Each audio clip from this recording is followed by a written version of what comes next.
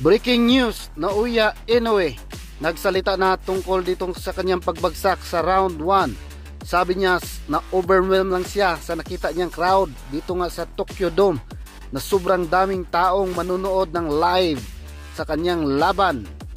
Kaya naman gusto niyang ipakita sa mga nanood na knockout niya agad itong si Luis Neres sa round 1 pa lang. Kaya dinakbakan niya ng todo. Hindi niya namalayan sa sobrang kumpiyansa niya ay nasingitan siya ng kaliwa ni Luis Neres. Kaya ito ang dahilan ng kanyang pagbagsak. Sabi niya, mas mainam ang nabagsak siya ng round 1 dahil meron pa siyang sapat na lakas para makarecover. Dahil kung nangyari yan sa late round, baka mahirapan na siyang mag-recover. Kaya agad naman siyang tumayo at nag-bounce back. At dito nga ay dinumina na niya si Luis Neres.